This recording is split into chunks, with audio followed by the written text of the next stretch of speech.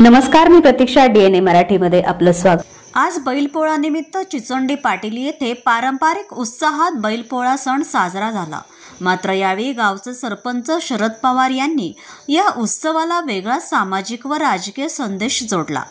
सरकारने निवडणूक काळात दिलेली आश्वासने अद्याप पूर्ण न झाल्याबद्दल नाराजी व्यक्त करत सरपंच पवार यांनी सर्जा या बैलावर मराठा आरक्षण व 7/12 कोरा कोरा कोरा अशी घोषवाक्य रेखाटून सर्वसामान्य शेतकऱ्यांची व्यथा मांडली. निवडणुकीत सर्व शेतकऱ्यांचे कर्ज माफ करून 7/12 कोरा करण्याचं आश्वासन सरकारनं दिलं होतं. मात्र 6 महिने उलटूनही शेतकऱ्यांचा 7/12 कोरा न झाल्यानं सरपंचांनी शासनाचे लक्ष वेधले. शेतकऱ्यांचे खांद्यावरचा भार हलका करणं सरकारचं प्रथम कर्तव्य आहे. 7/12 कोरा करून शेतकऱ्यांच्या डोळ्यातील अश्रू पुसा, अन्यथा जनता सरकारवर विश्वास ठेवणार नाही. 7/12 कोरा करून शेतकऱ्यांना दिलासा द्यावा अशी ठाम मागणी सरपंच शरद पवार यांनी केली. या अनोख्या पद्धतीने साजरा झालेल्या बैलपोळ्यानं शेतकरी प्रश्न पुन्हा एकदा अग्रस्थानी आणला.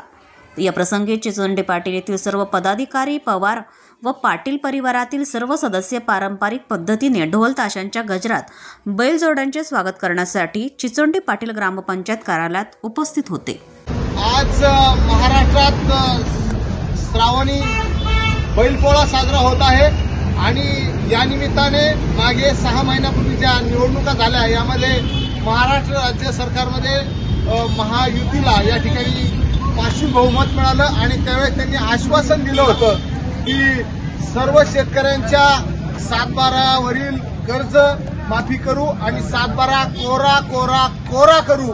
परंतु 6 महिने झाले तरी या ठिकाणी 7/12 कोरा केलेला नाही. आज पोळ्यानिमित्त या ठिकाणी आम्ही आमच्या बैलांवर मराठा आरक्षण आणि 7/12 कोरा कोरा कोरा असं या निमित्ताने रेखाटून प्रशासनाला, राज्य सरकारला जाग आणलेली आहे. त्याच्यामुळे या बळीराजाकडे आपण पाहावं आणि या बळीराजाच्या खांद्यावरील जू खाली उतरावं आणि 7/12 कोरा कोरा कोरा करावा अशी विनंती. प्रतिनिधी मुंतजीर शेख, DNA मराठी, अहिल्यानगर.